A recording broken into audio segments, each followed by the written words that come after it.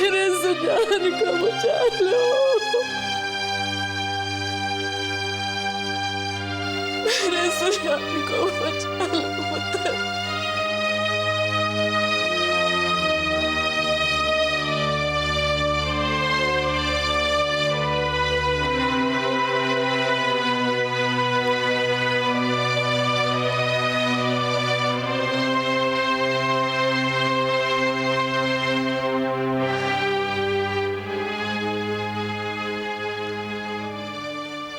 क्या सोच रही हो आशा?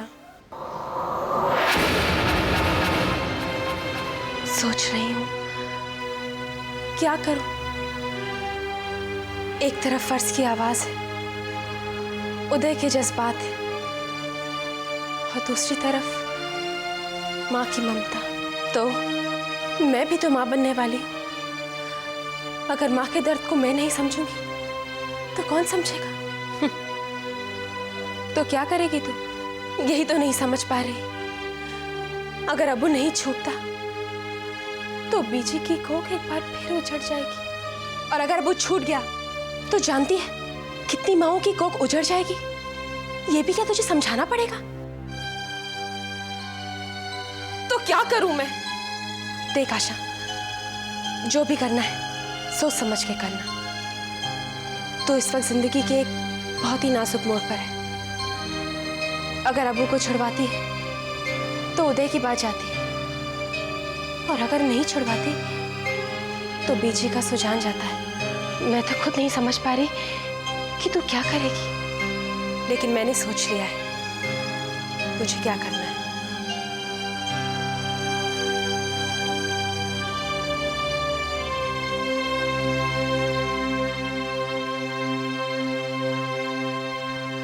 मोहन, मोहन। जी मैम साहब। अरे तुम अभी तक यहाँ हो? मैंने तुमसे कहा था कि जाकर ड्राइवर से कहो कि इकबाल साहब की गाड़ी निकाल देना। जी वो यहीं आ रहा है। अरे उसे यहाँ नहीं बुलाना था, उससे सिर्फ इतना कहना था कि जाकर इकबाल साहब की गाड़ी निकाल लेना। तुम भी ना मोहन, लो तुम भी आ गए। अरे जाकर इकबाल साहब की गाड़ी निकालो। ठहरो, ये गाड़ी ऑफिस ले जाओ। इस गाड़ी की ज्यादा जरूरत ऑफिस में। वैसे भी ऑफिस की गाड़ी ऑफिस में ही होनी चाहिए। जाओ, मेरा मुंह क्या देख रहे हो?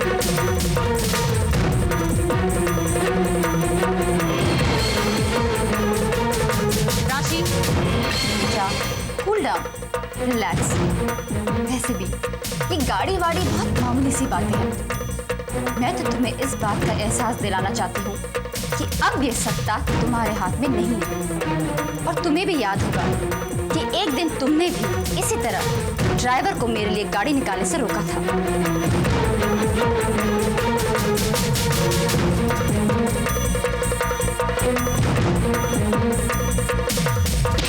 पूजा,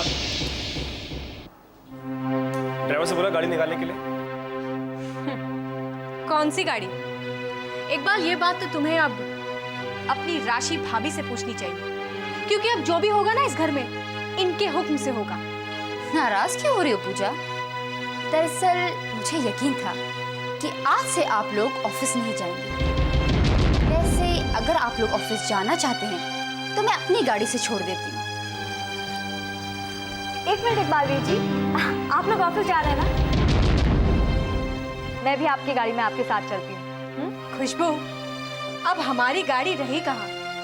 तुम्हारी राशि भाभी ने हमारी गाड़ी ऑफिस भेज दी है। क्या? एक मिनट इकबाल वीर जी, आपकी कोई भी चीज आपसे बगैर पूछे कोई नहीं ले सकता।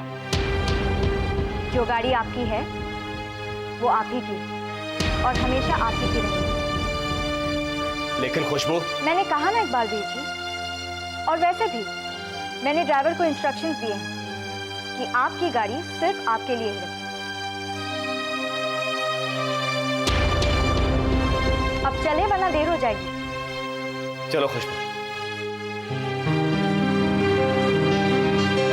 परजाई जी, आज ऑफिस में मेरा पहला दिन है, आप मुझे आशीर्वाद नहीं देंगी? All the best, have a nice day. Thanks प्रजा जी, बाय बाय।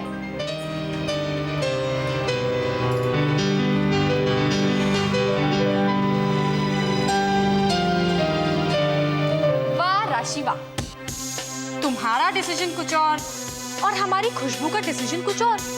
खुशबू अभी बच्ची है, मैं उसे बहुत ही जल्द समझा दूंगी कि सही क्या है और गलत क्या। ओह आई सी। वैसे राशि, मुझे उस दिन का इंतजार रहेगा जब हमारी खुशबू तुम्हारी बातें समझ जाए। All the best.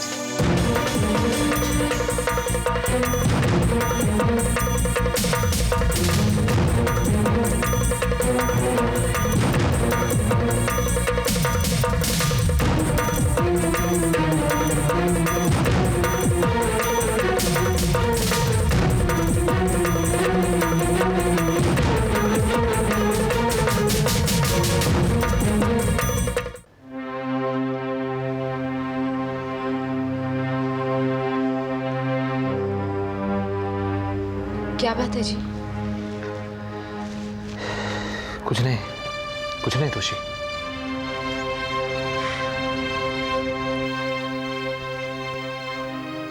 अब आप मुझसे भी छिपाएंगे? सच सच बताइए, आप परेशान नजर आ रहे हैं। नहीं, परेशानी की कोई बात नहीं है। यही सोच रहा था, कुछ समय पहले एक अमेरिकन डेलीगेट्स के साथ हमने मीटिंग की थी, उसका कोई जवाब अभी तक आया नहीं है। अच्छा, आपकी मीटिंग कैसी रही थी जी? नहीं, मीटिंग तो ठीक ही हुई थी, पर काफी वक्त हो गया अब तक। मुझे तो कोई उम्मीद दिखाई नहीं देती। हालांकि पायल गई है उन लोगों से मिलने के लिए, पर उम्मीद तो कम है। दर्शन जी, ये कॉन्ट्रैक्ट नहीं मिला तो क्या हो गया? और कॉन्ट्रैक्ट्स मिल जाएंगे, आप चिंता मत कीजिए। वैसे भी पायल गई है ना, ये लीजिए, आ गई पायल।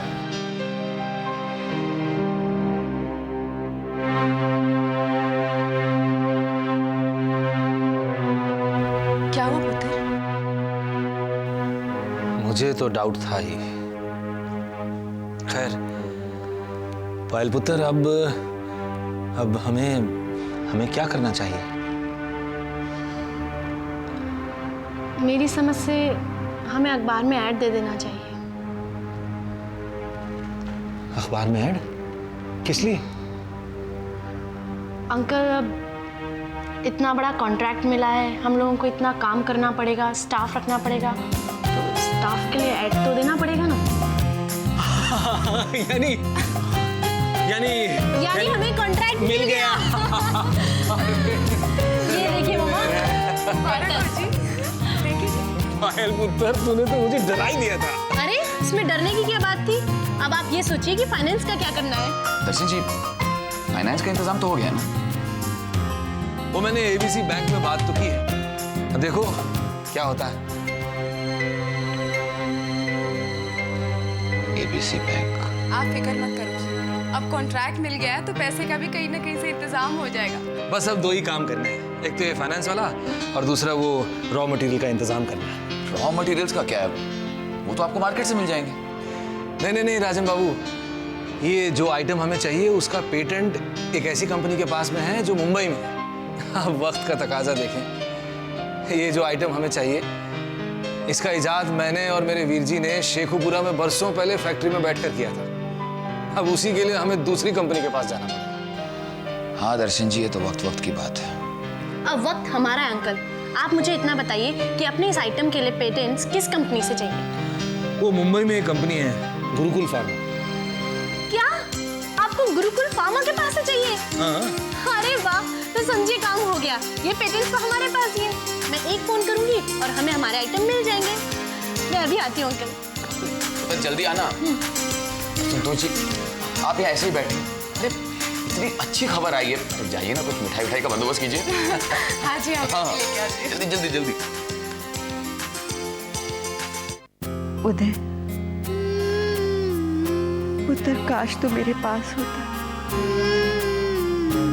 तुझे पता नहीं पुत्र, तेरे बीजी कितनी मुसीबत में है।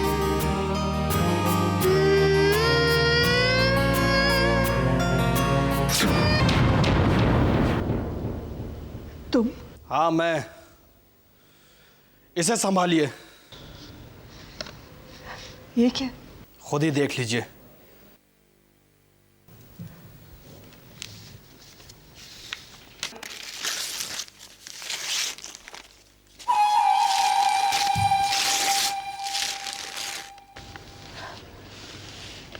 ये क्या?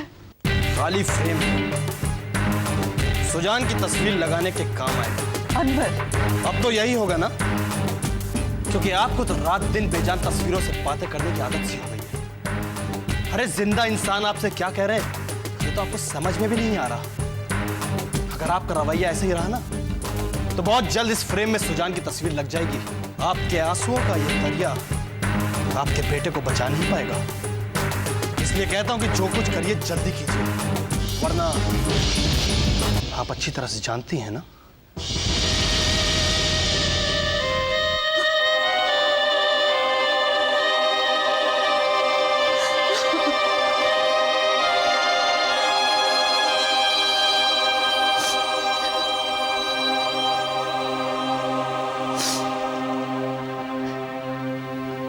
पुत्र, पूजा तो अपने कमरे में। मैं पूजा से नहीं, आपसे मिलने आया हूं बीजी। ये जानने के लिए कि आपने मेरी बातों पर गौर किया या नहीं। मैं तुम्हारी बातों पर क्या गौर करूं पुत्र? अगर मैं चाबियां पूजा को देती हूँ तो राशि नाराज होती। अगर इकबाल को एमडी बनाते तो लाला जी के फैसले का अपमान होता। मैं क्या करूं? ये सब मैं कुछ नहीं जानता बीजी। ये या तो राशि जाने या बाबूजी। मेरे लिए मेरी बहन की खुशियां सबसे बढ़कर है।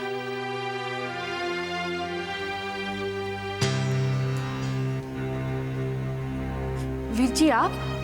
पूजा कैसी है तू? मैं तो बिल्कुल ठीक हूँ। बीजी मुझे जरा तिजोरी की चाबियां दीजिए। क्या? फिक्र मत कीजिए बीजी, मैं ये चाबियां दोबारा अपने कमर में खोसने के लिए नहीं ले रही हूँ, बल्कि मेरी कुछ जरूरत का सामान तिजोरी में रखा है, मुझे उसे वापस लेना है। और बीजी मैं आपकी राशि बहू की तरह बेईमान नहीं हूँ। अपना सामान वापस निकालकर मैं ये चाबियां आपको लौटा दूंगी। अगर आपको यकीन हो तो। वो बात नहीं है पुत्र। बीजी आप सोचती बहुत है, ये नहीं समझती कि अगर मगर के चक्कर में आपका कितना नुकसान हो सकता है। जब ये चाबियां मांग ही रही है तो दे दीजिए इसे चाबियां।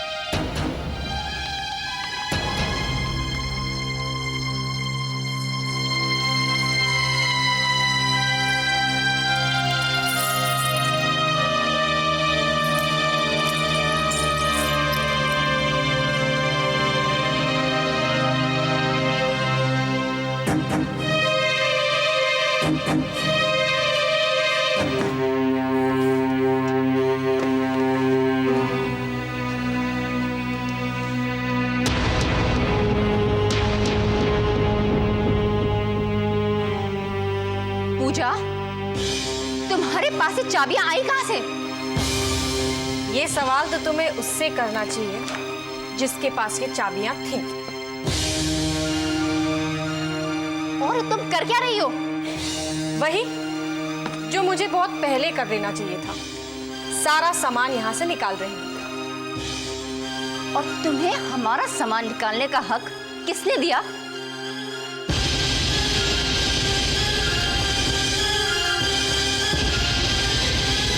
मिसेस राशि मल्होत्रा, ये सारा सामान तुम्हारा नहीं बल्कि मेरा है। वो सामान जो मेरे मम्मी पापा या फिर कभी मेरे ससुर ने मुझे दिया था। पूजा चिल्लाओ मत। चिल्लाने की बड़ी खराब आदत है तुम्हारी, पता है इससे गला खराब होता है। और वैसे राशि, हक दिया नहीं जाता है बल्कि छीना जाता है, और ये तो छीनना भी नहीं है। अपना सामान वापस लेना यानी कि अपना हक वापस लेना जैसा होता है ना? पूजा चुपचाप से सारा सामान अलमारी में वापस रख दो। ये सामान मेरा है, इसलिए ये सामान मेरे पास ही रहेगा, क्योंकि अब मुझे इस घर में किसी पर भी विश्वास नहीं रहा।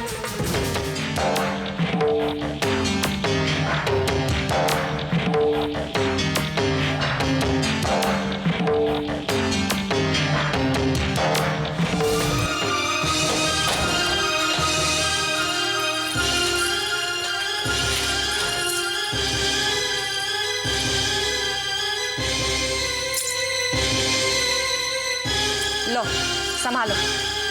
बहुत शौक है ना तुम्हें चाबियां संभालने का, संभालो इन्हें। ये चाबियां तो मैं तुम्हें दे रही हूं, लेकिन अब अगर लाला कुलभूषण मल्होत्रा तुम्हें ये चाबियां हमेशा के लिए दे भी देना तो मुझे कोई अफसोस नहीं होगा।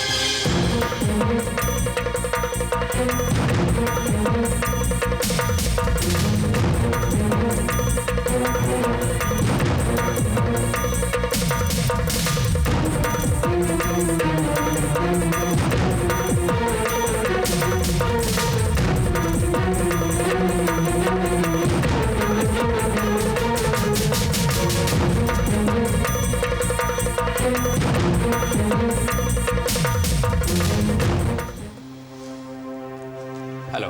हेलो। आशा जी आइए बैठिए। Thank you. कहिए कैसा ना होगा। मिस्टर सलीम, मुझे आपसे एक ज़रूरी बात कहनी थी। हाँ कहिए ना।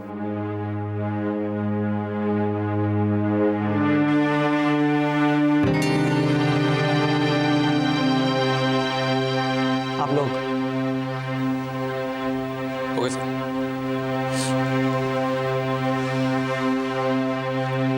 जी कहिए क्या कहना चाहती हैं? आपको क्या लगता है उदय के चले जाने के बाद मैं हार गई?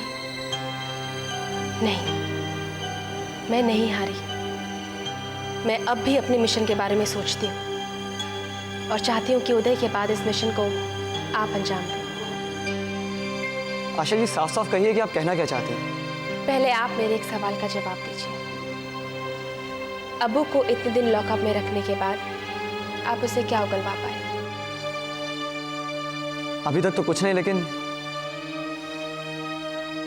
मुझे पूरा यकीन है कि जल्दी मैं उससे कुछ उगलवा लूंगा। ऐसा कुछ भी नहीं होगा, बल्कि होगा ये कि आपकी इस कोशिश के दौरान या तो वो आपके हाथों लॉकअप में ही मारा जाएगा या सुल्तान उसे मार देगा। और अबू के थ्रू सुल्तान तक पहुंचने का हमारा सपना सपना ही रह जाएगा। Asha ji I don't think so, लेकिन फिर भी आप बताइए कि आपका प्लान क्या है? देखिए, अनवर पर मेरी नजर हमेशा रहती है। अगर आप अबू को छोड़ दें तो उस पर भी नजर रखी जा सकती है और मुझे पूरा यकीन है कि बेफिक्री में वो कोई ना कोई गलती जरूर करेगा और उसकी यही गलती हमें सुल्तान तक पहुंचने का रास्ता बताएगी। I am sorry Asha ji, लेकिन ये अल्फाज एक देशभक्त सीबीआई ऑफिसर के नहीं लग रहे हैं, क्योंकि मुझे तो ये लग रहा है कि इस वक्त आप नहीं बल्कि मल्होत्रा खानदान की बहू बोल रही हैं। जी नहीं, इस वक्त मैं मल्होत्रा खानदान की बहू की हैसियत से आपसे बात नहीं कर रही हूँ, बल्कि आपकी एक साथी की हैसियत से बात कर रही हूँ। ये भूलकर कि एक टेररिस्ट को पकड़ने के लिए ताकत की जरूरत होती है, इमोशंस की नहीं। जो ताकत बिना दिमाग के इस्तेमाल की लगाई जाए वो अक्सर जाया हो जाती है। आशा जी देखिए, मुझे अपने रास्ते पर चलने दीजिए। उस रास्ते पर चलकर ना आपको कुछ मिला है और ना ही आगे मिलेगा। आशा जी देखिए, मुझे जो कहना था मैंने आपसे कह दिया। मैंने सुना था कि आप लोग अलग हटकर काम करने में विश्वास रखते हैं और अपना ध्यान सिर्फ अपने टारगेट पर रखते हैं, इसलिए यहाँ आकर ये सब कह दिया। आगे मेरी बात मानना ना मानना ये मैं आप पर छोड़ती हूँ। नमस्ते।